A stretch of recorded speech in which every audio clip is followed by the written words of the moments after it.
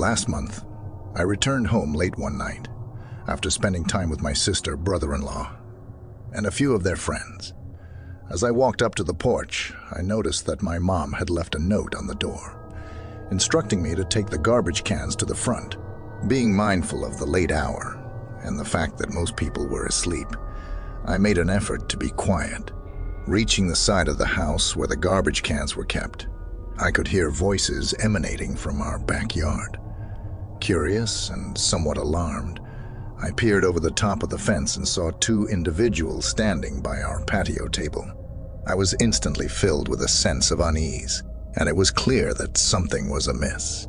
Without wasting any time, I rushed inside to alert my mom. Since my dad didn't live with us, I knew it was up to us to handle the situation.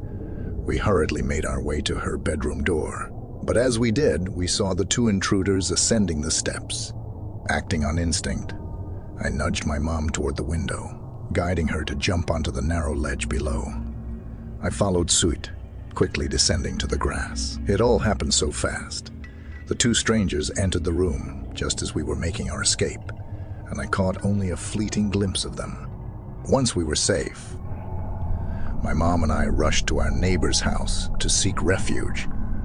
In the following weeks, we tried to move beyond the terrifying incident. However, our respite was short-lived. 2 weeks later, in the dead of night, our peace was shattered once again when the phone began ringing persistently at 3 a.m. The incessant ringing went on and on, refusing to be ignored. Despite the hour, my mom eventually got up after enduring numerous rings. We exchanged anxious glances and eventually resorted to unplugging the phone cord from the modem, finally silencing the persistent sound. That night, we slept with the phone turned off. This occurrence was followed by another strange incident. Just a week ago, my mom received a text message on her phone, which simply read, "Why didn't you pick up?" These unsettling events have left us on edge, constantly wondering when the next incident might occur.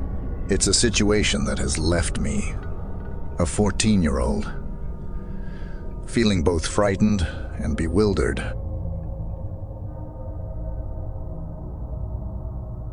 My wife and I were spending the night together at Cedar Beach. Unfortunately, the place closes at 9:30, and being miles away from practically anywhere, we found ourselves with nothing to do at the beach by 9:30 at night. As a result, we decided to take a leisurely walk through the wet sand until around 10:00. During the first half of our walk, we didn't encounter a single soul on the entire beach. When we turned around to head back, approximately 20 feet into our walk back in the direction we had come from, we both noticed something odd. There were more than just our two pairs of footprints in the sand. Ours had been mostly washed away by that point, but there were now two other sets of footprints that hadn't been there before. These footprints were more recent and seemed to lead away from the wet sand, where no further footprints would be visible. It might seem like another couple was taking a late-night stroll, but the fact that we hadn't seen anyone for the mile or two we had walked left us feeling unsettled. I used the flashlight app on my iPhone to scan the nearby dunes, and I even called out to see if someone was there, asking my wife to stay put. I made my way over to the nearby garbage piles, which appeared to be the only potential hiding spot. As I got closer, I shone the light deeper into a tunnel that likely led to a parking lot. However, as soon as I glimpsed what was inside, I immediately turned off the light. Inside the tunnel were two figures. It's hard to even call them humans based on their appearance. They resembled hunched, naked creatures, with skin that resembled a medium-dark Caucasian complexion, but much more flaky and wrinkled. I didn't utter a word. I simply moved swiftly through the sand to reach my wife, pulling her with me as we hurried back towards the car. We managed to make it to the car in about 5 minutes, both of us completely out of breath. Once inside the car, I finally shared with my wife what I had seen. Understandably, She looked at me as if I had lost my mind, and she continues to do so. Can you really blame her, though? I reported my sighting to the appropriate authorities the following day, and have been returning to the beach once a week at night in an attempt to find these creatures once more.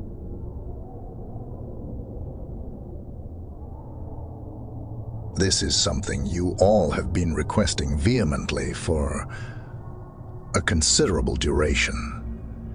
It took a substantial amount of time, but I have finally managed to locate 3 stories that unfold during instances of school lockdowns. One of these incidents occurred on a rather ordinary day in a calculus class. However, there was a notable distinction. It was a Friday, during 7th period, signifying that the week was drawing to a close and spring break was on the horizon. Understandably, restlessness was settling in among the students in their seats. Unlike my friends in other classes who were undergoing tests, it appeared that we were spared from an impending examination. Capitalizing on this, our teacher, known for his laid-back demeanor, spontaneously initiated a session of games with us on the Sparkle Calm platform. I distinctly recall the precise instant when things took an unexpected turn. It was right after my friend responded to a question, specifically recalling the correct answer for Adidas's.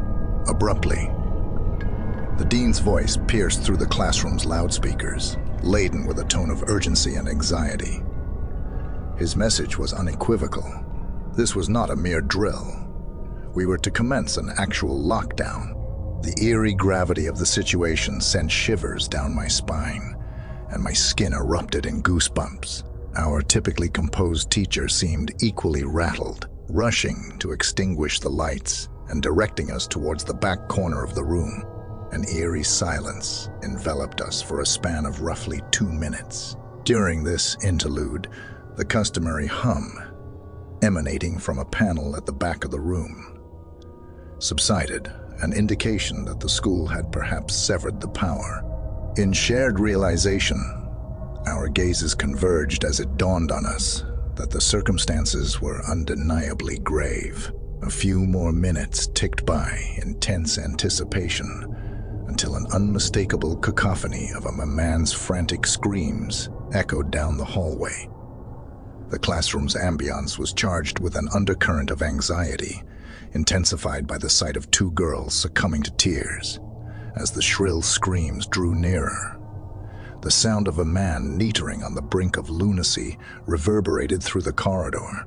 His crazed outbursts melded with the ominous clang of lockers as he relentlessly pounded on them, all the while bellowing a chilling threat. "I'll kill all of you."